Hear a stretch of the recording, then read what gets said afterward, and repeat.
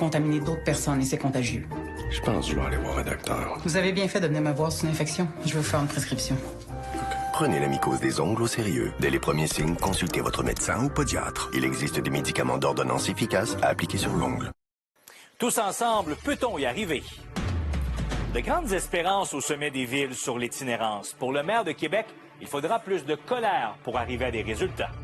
Si notre premier ministre n'est pas en colère, il va y avoir beaucoup de colère dans cette pièce, on n'y arrivera pas. Au Québec, 1/3 des personnes itinérantes sont des femmes. Mais pour celles qui sont enceintes, la vie est drôlement plus difficile. Vous êtes enceinte? Oui, de 2 mois. Alors, mon conjoint, c'est fini. Alors, moi, je le garde. Puis alors, je m'étais inscrit à une place pour les femmes enceintes. Boycotter Meta pour envoyer un message clair sur l'avenir des médias. Est-ce qu'une entente avec les géants est possible? Il y a des médias en Australie qui reçoivent des centaines de millions de dollars de Meta. Donc, c'est possible de le faire, mais il faut être solidaire. Raccourcir le baccalauréat pour pallier la pénurie de profs, Québec y songe sérieusement. Grève chez les 3 grands de l'automobile aux États-Unis. Y aura-t-il des conséquences chez nous?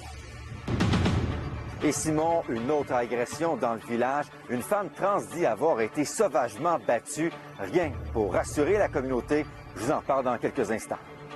Ici Simon Philibert, voici votre TVA 22h.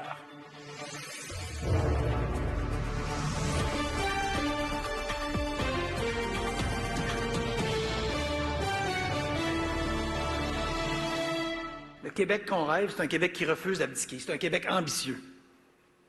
C'est un Québec qui en fait un enjeu national. C'est un Québec qui refuse l'itinérance. Soyons en colère. Parce que ce sommet-là est une base, mais n'est certainement pas la fin. Bon vendredi soir, tout le monde. Vous l'avez entendu, hein, ce n'est qu'un début. Au sommet des municipalités sur l'itinérance, le maire de Québec a livré un vibrant témoignage pour la colère. Une colère constructive, comme une bougie d'allumage pour en arriver à des actions concrètes. Et son discours a trouvé écho chez plusieurs de ses homologues. Reste à savoir s'il aura l'effet escompté à Québec. Claudie Côté. Une démonstration de force, maires et mairesses unis derrière un objectif commun. On a vu la force du groupe et la force de l'union. L'ambiance est à la bonne entente. On parle collaboration, main tendue. Mais sous les sourires... Si M. Bonnardel n'est pas en colère, si M. Dubé n'est pas en colère, si Mme Laforêt, M. Fitzgibbon, parce que c'est aussi économique, l'itinérance, si M. Girard est en colère, si notre premier ministre n'est pas en colère, si M. Duclos, si M. Trudeau n'est pas en colère, il va y avoir beaucoup de colère dans cette pièce, on n'y arrivera pas. La colère dont Bruno parle, elle est ferme. Puis là, c'est comment on va de l'avant parce qu'on veut trouver des solutions. Ben oui, il faut rester en colère. Puis la colère, c'est quelque chose de sain, c'est quelque chose de digne qui nous permet de se dire on va se mettre en mouvement, on n'accepte pas ce qui se passe, on tolère pas ça. Et je pense que le Québec aujourd'hui est capable de dire la même chose. Je pense que c'était une figure de style ce qu'il utilisait, mais moi je suis motivé, extrêmement motivé à améliorer la situation. Au-delà de la motivation, les municipalités veulent plus. Des engagements fermes, des cibles, de l'argent sonnant et récurrent. Tout ne passe pas seulement par les millions. Ça passe aussi par des critères de programme, une rapidité de traitement, de la souplesse, une meilleure discussion puis collaboration. Sous le feu des projecteurs depuis des jours, le gouvernement défend son bilan et promet de passer à l'action. 15,5 millions de dollars en urgence ont été débloqués. On admet qu'il ne s'agit que d'un bandage. D'autres sommes s'ajouteront. Le plan, il est progressif. Quand je l'ai déposé en 2021, j'ai dit que c'était une première étape. On va continuer à le bonifier. Croyez-moi, on va continuer à le bonifier. Au cœur de la crise, l'accès au logement. Vous me permettrez un jab poli envers le premier ministre du Canada, M. Trudeau. L'UMQ accuse les 2 paliers de gouvernement supérieur de bloquer un fonds de 900 millions de dollars pour le logement, parce que le provincial et le fédéral ne s'entendent pas. Et la ministre de l'Habitation du Québec brille par son absence. Ben écoutez, je pense que le signal, c'est que le gouvernement est présent. Je représente le gouvernement, puis on va aller de l'avant. Elle était bienvenue. Alors, elle n'a pas besoin... Je ne peux pas vous dire si elle a été invitée ou pas. Tous les ministres étaient bienvenus. Je pense que ça fait 6 mois que ça s'organise. Les gens sont au courant. Si elle avait voulu être là, elle aurait pu être là. On y aurait déroulé le tapis rouge. Le gouvernement du Québec promet un nouveau dénombrement de personnes en situation d'itinérance en 2024. D'ici là, les municipalités espèrent que leurs demandes seront entendues lors de la mise à jour économique en novembre prochain. Et dans un autre dossier, Claudie, les policiers de la Sûreté du Québec qui ont rejeté une entente de principe avec le gouvernement. L'entente qui a été rejetée à 59,38 %. Je vous rappelle que c'est une entente de principe qui prévoyait une augmentation salariale de 21 % sur 5 ans. Les policiers et policières de la Sûreté du Québec qui sont sans contrat de travail depuis le 31 mars 2022.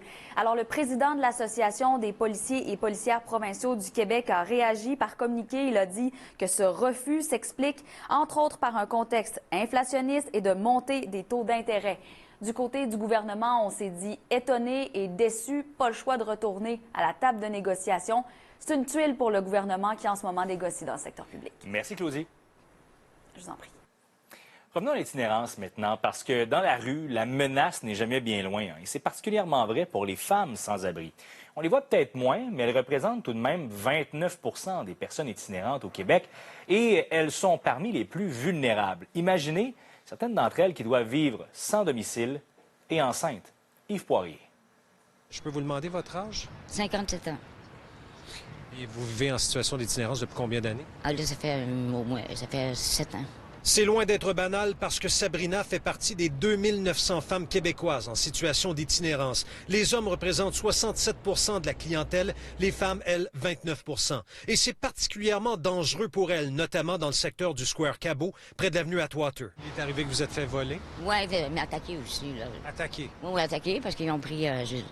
ils m'ont poussé, disons, sur un poteau, puis la tête, m'a assommé, des choses comme ça. Là. À 3 kilomètres de là, au complexe Guy Favreau, un autre témoignage qui confirme qu'elles sont davantage exposées au risque de se faire agresser. Moi, je me suis fait agresser. J'ai 4 côtes de failli.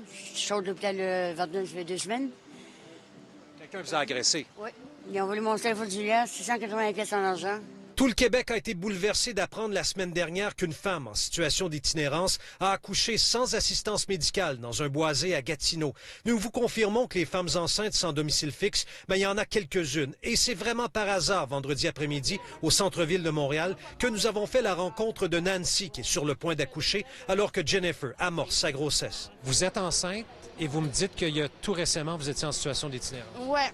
Puis je me suis sortie, puis je suis retournée chez ma mère. Je suis sobre depuis 8 mois. Félicitations. Ouais. Vous ne pouviez pas vous voir comme cette femme à Gatineau il y a quelques jours accouchée là, dans un boisé? Je pouvais pas. Ça me faisait trop mal. Puis je voulais pas avorter non plus parce que je me suis dit, si j'avorte, je vais rester encore dans la rue. Vous n'avez pas de logement en ce moment? Non, j'habite dans un refuge. Puis c'est dur en ce moment sur toute ma grossesse. Alors, je fais des démarches, je fais tout. Qu'est-ce que vous voulez dire? Vous êtes enceinte? Oui, de 2 mois. Alors, mon conjoint, c'est fini. Alors, moi, je le garde. Puis alors, je m'étais inscrit à une place pour les femmes enceintes dans ce coin ici. Puis alors, je suis sur la liste d'attente. Alors, d'ici le mois d'octobre, je suis posée de rentrer là. Yves Poirier, TVA Nouvelles, Montréal. Ce sont des histoires déchirantes. On est tout cœur avec ces femmes. Et d'ailleurs, si vous avez besoin d'aide pour vous ou un proche en situation d'itinérance, vous pouvez appeler le 211 dans le Grand Montréal ou consulter le site web affiché à l'écran. Pas facile de prendre une pause de Facebook, même pour la bonne cause. Le boycott de Meta pour protester contre le blocage des nouvelles a rappelé à plusieurs d'entre nous à quel point les réseaux sociaux font partie de nos vies. Mais est-ce que le sacrifice en vaut la peine si les gros joueurs continuent de dépenser des millions de dollars en publicité? Véronique Lauzon. On comprend que c'est quelque chose d'excessivement difficile. Moi-même, ce matin, par réflexe, en me réveillant, j'ai failli ouvrir Facebook. Le président de la Fédération professionnelle des journalistes du Québec n'est pas le seul à fréquenter régulièrement ces réseaux sociaux. On l'utilise tellement dans nos vies maintenant que je pense que c'est difficile de s'en passer. C'est sûr que je regarde mes réseaux sociaux quand même souvent. Depuis le 1er août, Meta bloque les nouvelles sur ses réseaux sociaux. Pour dénoncer ce comportement, ce vendredi est une journée sans Facebook et Instagram. C'est un geste symbolique qui peut avoir un impact fort. On envoie en même temps un message clair à Meta. C'est important que tout le monde y participe. Est-ce que je boycotte? Non, parce que j'utilise beaucoup Marketplace pour vendre des choses. Il faut que chacun fasse sa part. C'est un peu dur parce que maintenant, tout le monde est connecté par diverses applications. Fait que, moi, j'ai des personnes que je peux juste les contacter par Messenger. Fait que, qu'est-ce que je fais aujourd'hui? Je les contacte pas. Mais en même temps, je pense qu'il faut faire notre part un peu comme tout le monde. La Chambre de commerce du Montréal métropolitain a aussi invité les entreprises à boycotter Meta. Déjà, des bannières comme Maxi et New Look ont cessé d'annoncer sur ces plateformes. J'espère que le plus d'organismes, d'individus, d'entreprises qui vont boycotter Meta aujourd'hui. Maintenant, je continue de dire aussi qu'on devrait arrêter de leur donner des revenus, de payer de la pub, comme le Fonds Québec solidaire puis le Parti libéral du Québec. Est-ce que ça peut être efficace?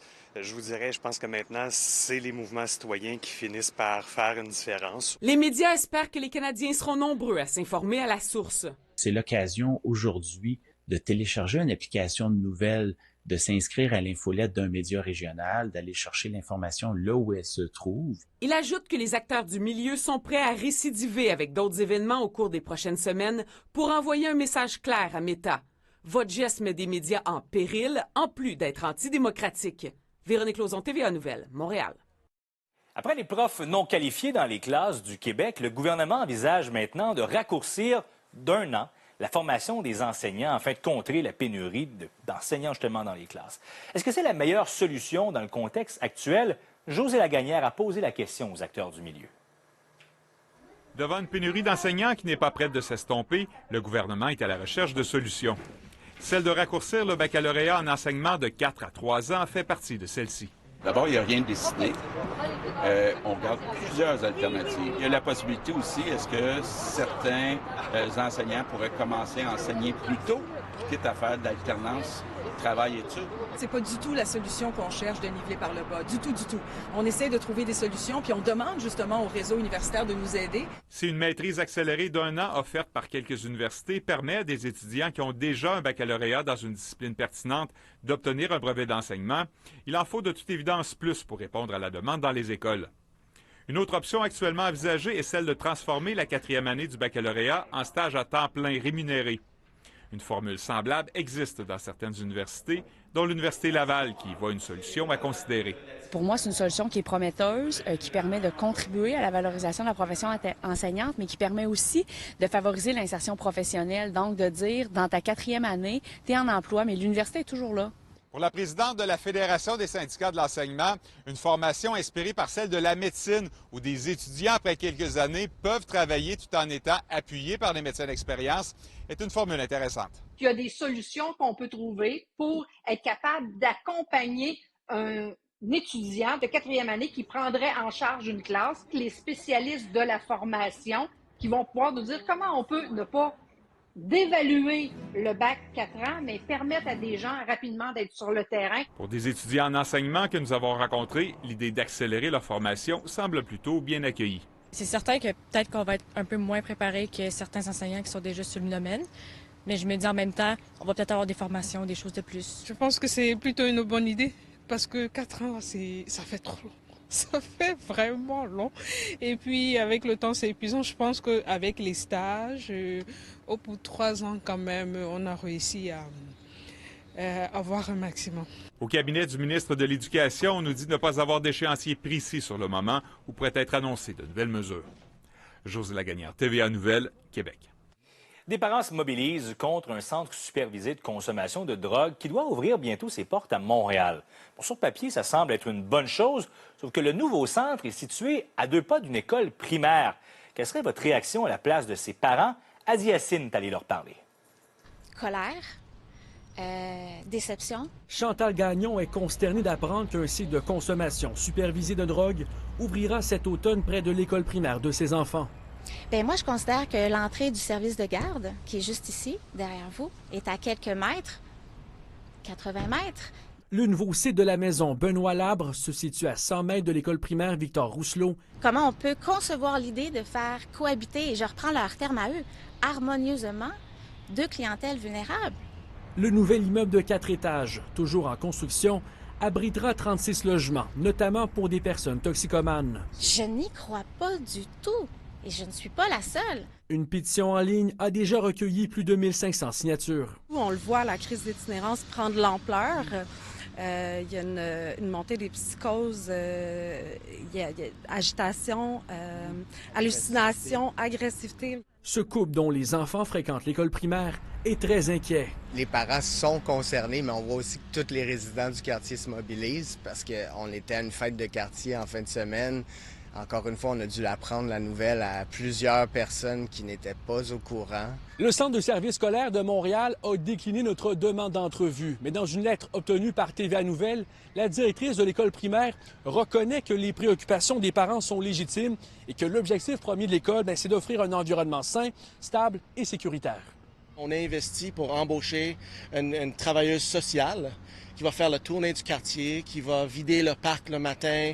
Le conseiller municipal Craig Sauvé comprend la crainte des parents, mais voit le site supervisé comme un renforcement de la sécurité du quartier. Il y en a de la consommation de drogue dure dans les rues présentement, autour du métro, dans les ruelles près d'ici. On trouve des seringues déjà. Une séance d'information est prévue mardi prochain à l'école avec la participation du SPVM.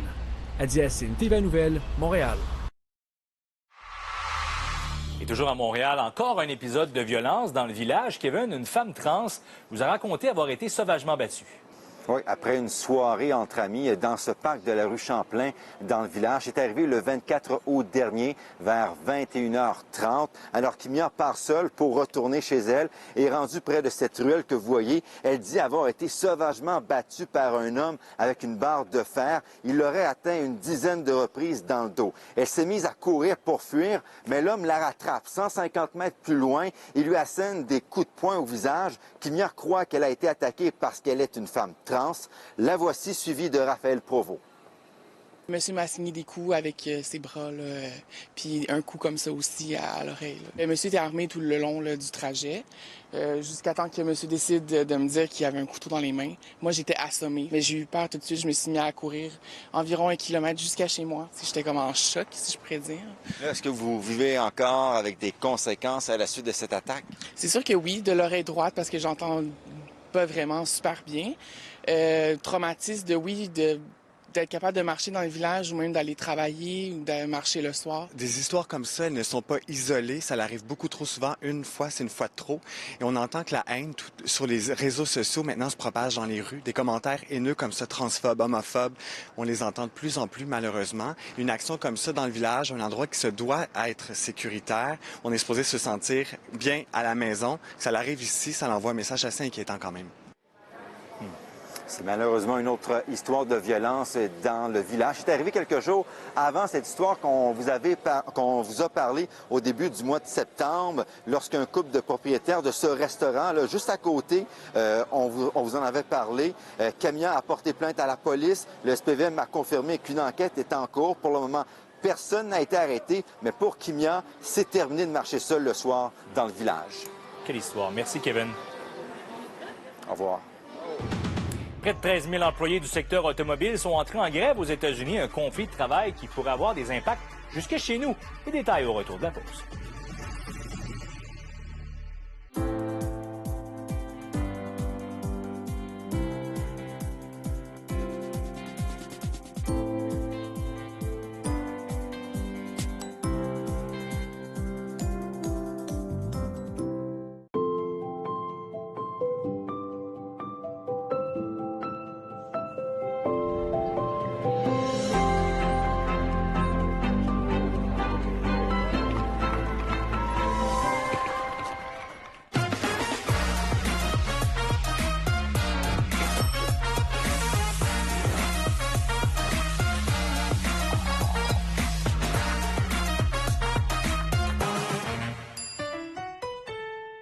Poursuivant une tradition commencée en 1988 dans sa fabrique artisanale de Québec, Boulangerie Chef Frankie, pour notre plus grande satisfaction, produit encore aujourd'hui son authentique bagel. Ses nombreux produits aux saveurs alléchantes, à la mi-dense et légèrement maltée et à la croûte dorée et croustillante, généreusement saupoudrée de graines de sésame, charmeront vos papilles. Disponible dans tous les supermarchés. Boulangerie Chef Frankie, maître dans l'art d'unir le savoir-faire artisanal et le bon goût. Des fois, on préfère définitivement passer plus de temps devant notre petit écran qu'au petit coin. Pour un soulagement tout en douceur, mettez Laxadé au programme, le laxatif le plus recommandé. Magasiner avec moi, c'est payant. Grâce au concours Moi Lionnaire. Courez la chance de gagner des millions de points moi.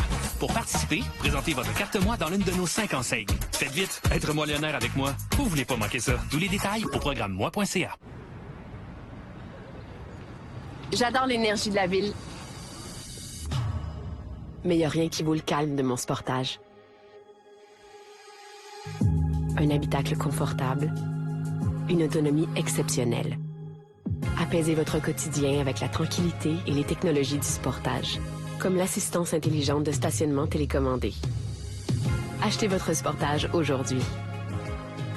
Kia, du mouvement vient l'inspiration.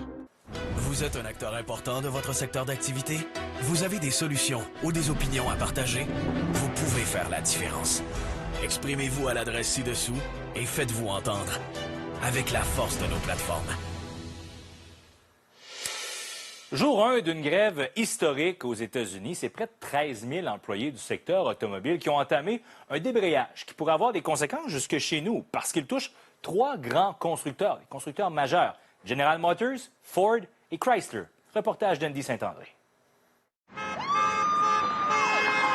Il a le potentiel de devenir l'un des plus importants conflits de travail des dernières années, voire des dernières décennies aux États-Unis. They're making record profits. It's about time to reward the very people for the reason they were even able to, again, survive. Le secteur de l'automobile est en fait un pilier de l'économie américaine, ni plus ni moins. La preuve, au jour 1 de la grève chez les 3 grands constructeurs, le président Joe Biden prend la parole. Let's be clear. No one wants a strike. Say it again. No one wants a strike. But I respect workers' right to use their options under the collective bargaining system.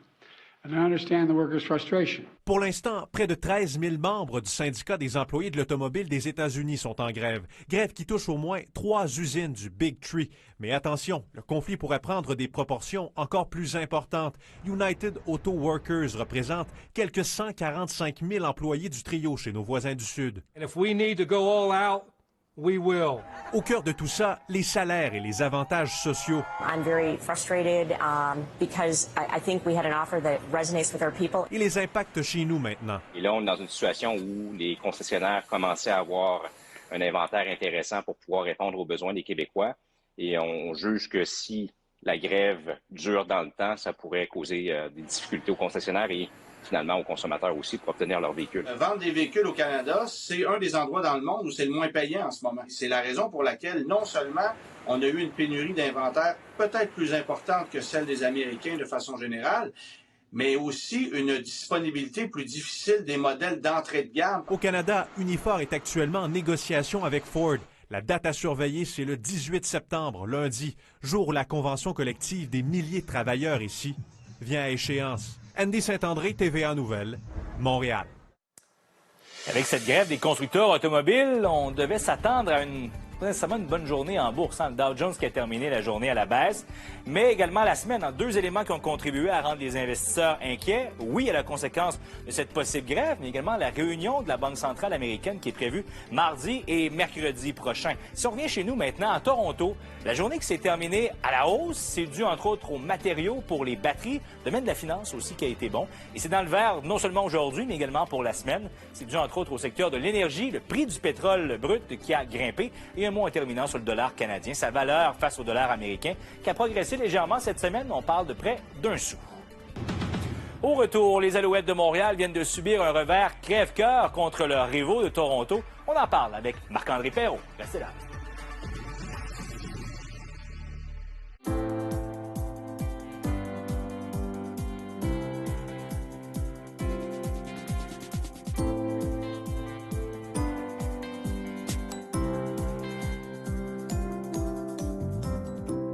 Bacon ou saucisse?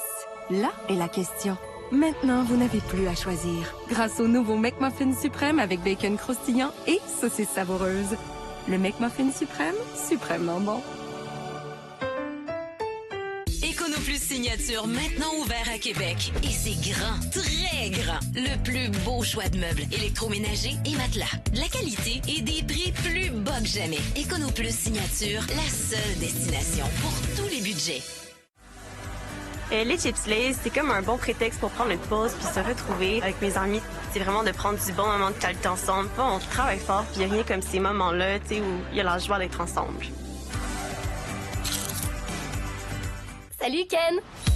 Je ressens ce que je pourrais simplement appeler de l'admiration. Ah, salut. J'étais en train de lire. Ah! J'aimerais bien voir quel genre de boss imberbe il cache sous son pantalon. Barbie.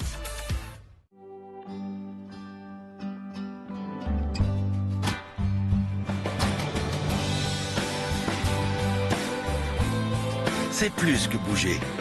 C'est revivre de grands moments. Voltaren, le plaisir de bouger. Explorez le recensement canadien de 1931 et vous pourriez découvrir que c'est grâce à la persévérance de votre grand-mère qui travaillait comme couturière que vous êtes ici aujourd'hui. Découvrez-en plus sur votre histoire familiale sur ancestry.ca.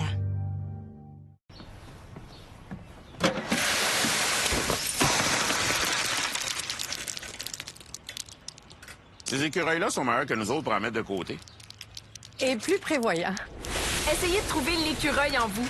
Avec l'appli BMO, vous pouvez épargner en définissant vos objectifs et en suivant facilement les progrès de chacun. Comme les petits écureuils. Ça pourrait nous aider à faire le terrassement. On n'est pas gênés. Quand une banque vous aide à améliorer vos finances, c'est l'effet BMO. Chez Club Piscine, notre plus grand solde de spa de l'année bat son plein. Économisez jusqu'à 2000 $ sur les spas jacuzzi et solstice en inventaire et obtenez un taux de financement avantageux de seulement 4,99 %. Idéal pour enfin relaxer cet automne. Au sport, maintenant, les Alouettes qui signent un 4e revers de suite se sont inclinés au compte de 23-20 devant les Argonauts de Toronto. Marc-André et Montréalais se sont écroulés en fin de rencontre, là. Oui, c'est dommage.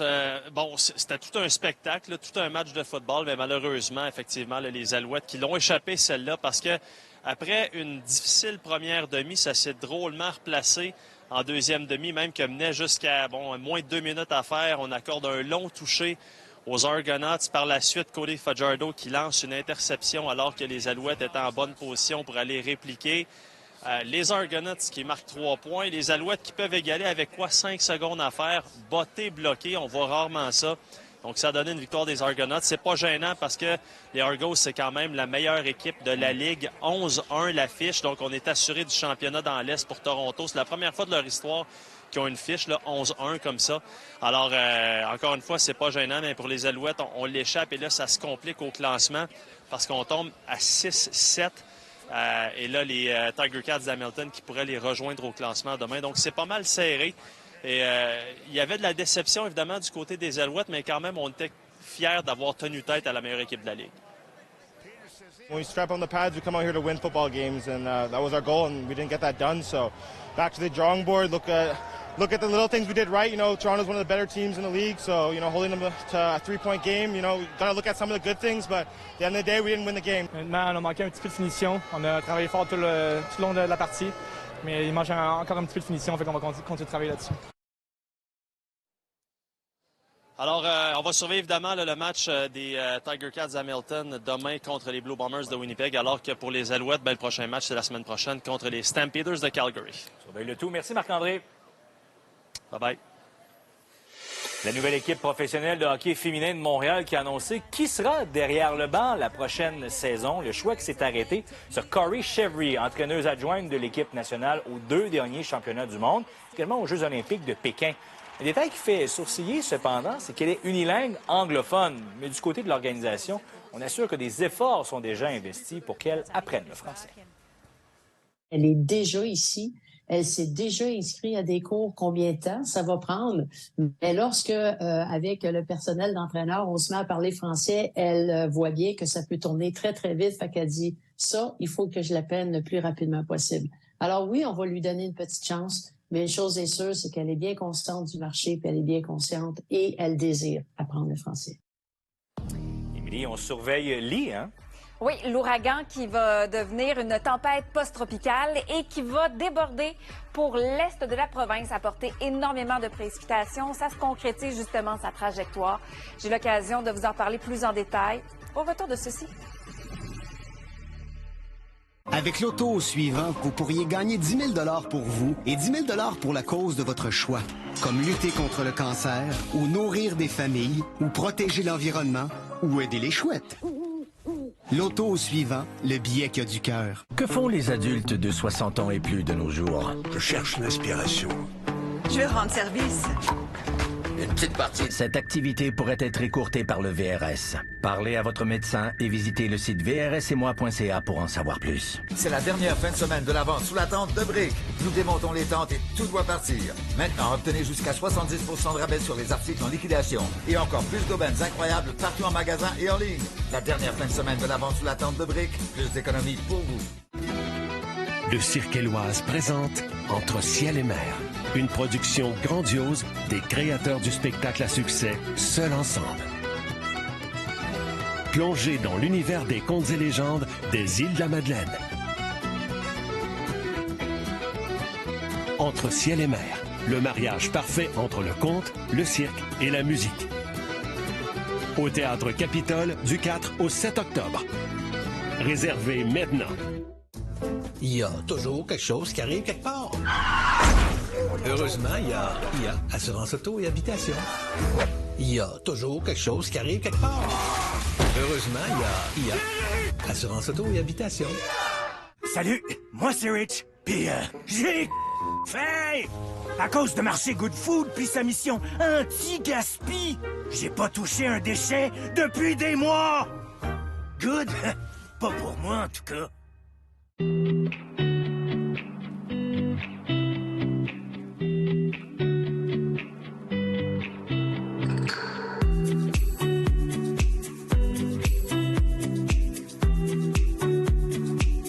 T'as pris quel burger, toi? Poulet croustillant. Toi? Poulet buffalo. Penses-tu que ça vient en troupeau, des poulets buffalo? Ah oui. Ça a des cornes aussi. Piquant et croustillant. Savourez notre poulet buffalo en vedette pour un temps limité. Harvey's. L'auto suivant est de retour. Vous pourriez gagner 10 000 pour vous et 10 000 pour la cause de votre choix, comme offrir le déjeuner à 20 000 enfants ou planter 2 000 arbres ou sauver 16 chatons orphelins. Oh. L'auto suivant, le billet qui a du cœur. De plus en plus d'hommes sont séduits par diverses interventions esthétiques afin d'améliorer leur apparence. Parmi les plus populaires, on retrouve la greffe de cheveux, la liposuction et les injections de Botox. Le journal a recueilli des témoignages d'hommes à propos de leurs expériences personnelles et s'est entretenu avec un chirurgien de Montréal spécialisé dans les augmentations de la taille des organes génitaux masculins. Chirurgie esthétique autour des hommes. Un dossier à lire samedi dans le Journal de Montréal et le Journal de Québec. Offert aussi sur l'application.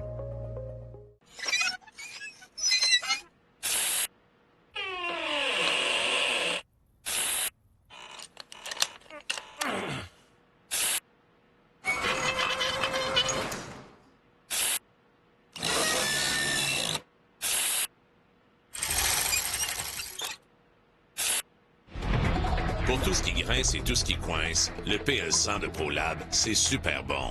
Pour la version écolo, c'est PL Bio. La météo, une présentation de Calinette. Beau temps, mauvais temps, Calinette, 24/7, partout au Québec.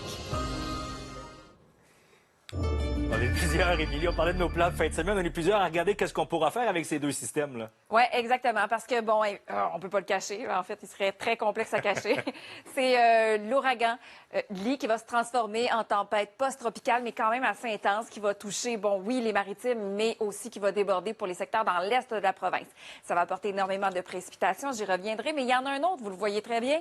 Il arrive de l'ouest du Québec et ça va faire que ça va générer des nuages. Alors, on va être coincé sous les nuages, surtout pour la journée de demain. Lee, qu'est-ce qui se passe avec ça? Et on le voit vraiment très bien, là, les déplacements, donc rendus à samedi matin, 3 heures. Les vents vont être à 130 km à l'heure. Là, ça va toucher les maritimes. Ça va laisser pour les maritimes, je vous dirais, peut-être un 100 mm de précipitation. Des vents qui sont particulièrement violents, 100-110 km à l'heure. Et sinon, bon, pour ce qui est de la péninsule gaspésienne, île d'Anticosti, Basse-Côte-Nord, on s'attend à avoir aisément un 50 mm de précipitation et des rafales de vent qui peuvent aller jusqu'à 80-90 km à l'heure. Débordement côtier, parce qu'évidemment, avec ces vents, bien, ça va générer de grandes vagues et ça risque d'être dangereux. Alors, c'est à surveiller. C'est pour ça qu'il y a un avertissement selon Environnement Canada. On va surveiller ça de près, mais oui, les secteurs les plus touchés, ça demeure Nouvelle-Écosse, Nouveau-Brunswick, les Maritimes, ça va remonter vers Terre-Neuve. La journée de demain, comme je vous disais, généralement nuageuse, mais somme toute très confortable pour tous les secteurs que je ne mentionne pas. Dans l'est du Québec, vous allez avoir des vents, comme je vous le disais. À partir du Bas-Saint-Laurent, les vents vont être quand même assez dominants, là, 70 km à l'heure et des précipitations, quand même beaucoup de précipitations pour la péninsule gaspésienne. Ça va augmenter pour la nuit pour se rendre jusqu'à dimanche, peut-être un autre 50 millimètres additionnels. Sinon, dimanche, magnifique journée. Encore une fois, de la pluie pour les secteurs dans l'est du Québec.